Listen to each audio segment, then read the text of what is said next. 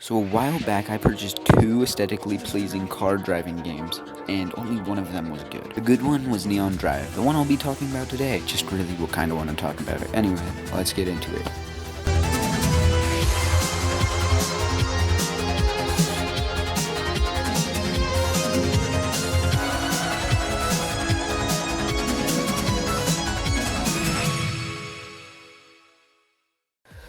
Neon Drive is a game that came out in 2016 by Fraola, I hope that's how you pronounce it.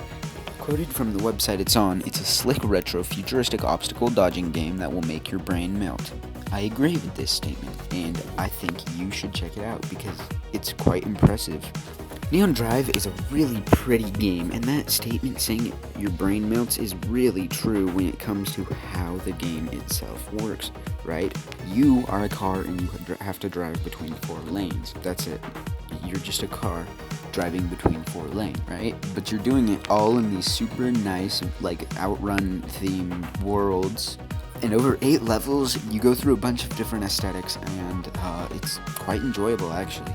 I did not expect to enjoy it as much as I did, because I'm honestly terrible at rhythm games. But I think it was quite impressive for what it was. Each level starts out relatively the same. You drive through 4 different lanes, but around halfway through each level, some neat gimmick happens. Neon Drive is a very beautiful game, but instead of doing just a normal, regular sort of like review, boring stuff, I'm ranking all 8 of the levels. I've beaten them all on normal mode, because no way am I doing it on insane or hard, because I'm just terrible at rhythm games in general, but I will recommend you play this game before you watch this video, because I do think you will enjoy its contents a little more if you have developed your own opinions first. Anyway, let's get into it. Remember, my opinion is subjective, not objective, so don't get upset or something. First of all, let me get something straight. All of these levels are good, right?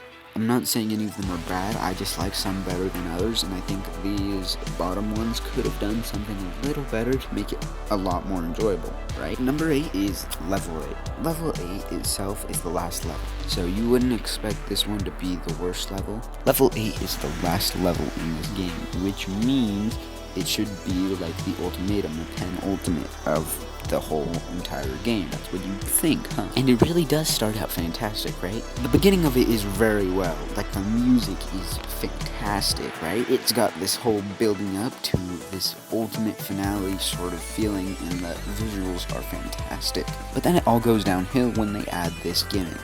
The gimmick itself is fine, but I feel like for a final level, they could have done something a little different. Because right now it just feels very mediocre. See, the level itself, the gimmick itself is okay. It's got a lot of issues, and I'll get into those in just a second. But right now, I'm sort of disappointed they didn't do something different for the finale, right? This is the end. Maybe they did a recap of all the old ones, make it really, like, intense. Maybe only make it the driving part, but right now it just feels like another level. Not a finale, but just more of the same, right? And the mechanic itself, right? This gimmick, it feels very unpolished. You move up and down, left and right to shoot different meteors or dodge different things, and it works alright. The controls can be a little confusing, and I've messed up a lot because they feel like they should be opposite or maybe like different. Does not feel like a good finale.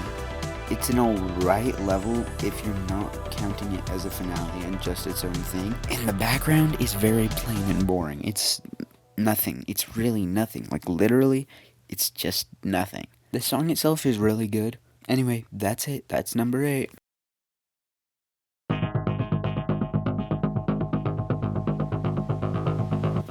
Number 7 is level 3.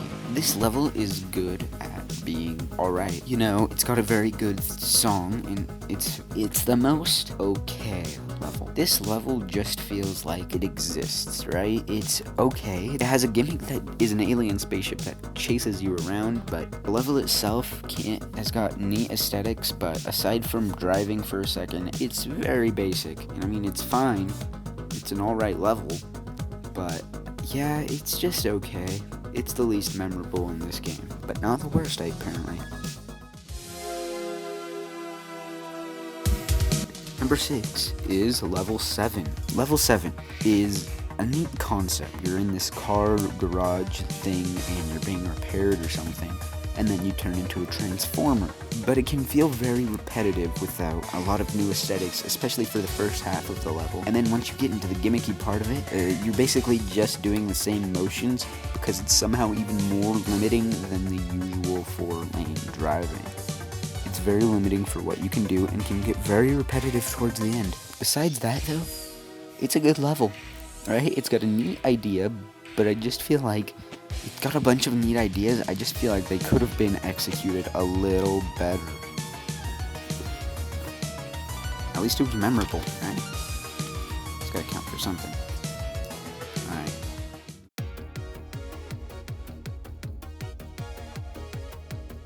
Number 5 is level 4. Level 4 is really good at keeping a mood. The aesthetic itself fits very well with the song. The level itself has a very neat vibe, especially the first half of it, right? But the second the gimmick kicks in, I think it works really well as well. The gimmick is very neat, but honestly, compared to the other part of the level, the first half is much more interesting than the second half. It's just because there's more to look at. It just feels a lot more enjoyable. The song itself, I feel like, is a lot better before, they go 8-bit or something. And I mean, it's not bad. I really do like it, the rendition, but I just much prefer the nice other theme. I think the idea of shooting asteroids is neat too. I just think, maybe something different. I don't know. Level 1 has a great song, good pacing. The gimmick is clear and never feels like it's cheap or unfair. The aesthetic is super pleasing, and that's it. Otherwise, it's sort of basic. It's a really easy level because, it is the first one, but I think it's a very solid first level, right? You go into the city, right? Like how you see in all those vaporwave backgrounds, that big old city. You actually get to go in the city, and I think that is super neat. It really sets the tone of what the rest of this game is going to be, and I'm glad they made this level the way they made it, because the gimmick didn't feel like unnecessary. It felt very natural and like it was supposed to be in there. Anyway, let's move on to number 3. We're getting up into these higher ones. These top 3 are my favorite levels in the entire game. I mean, obviously, that's why they're in the top 3. So, number 3 is level 6. Level 6 is a very different song than what is usually in this game, but it is a very nice change of pace. The atmosphere is very different than most of the other levels. It starts out the same, but around when you get to the gimmicky part, it's so different. It feels like a Star Fox game, and honestly, it's probably the best gimmick out of any of the other gimmicks. The only really problem with it is that it can make me feel a little nauseous when you go really fast in a circle. I love the change of aesthetic for this level, and the ending is so good. This level is like very, very, very, very good. That's it. I just like this level. The aesthetic itself, I feel, can be a little plain though, as it is just like the ocean. But otherwise, it's really, really good. Number 2 is level 2. Okay, level 2 has one of the best aesthetics in the game, right? You know how I was talking about how level 6 sounded like an 80s or 90s ad or something? This one feels like the vibe, right?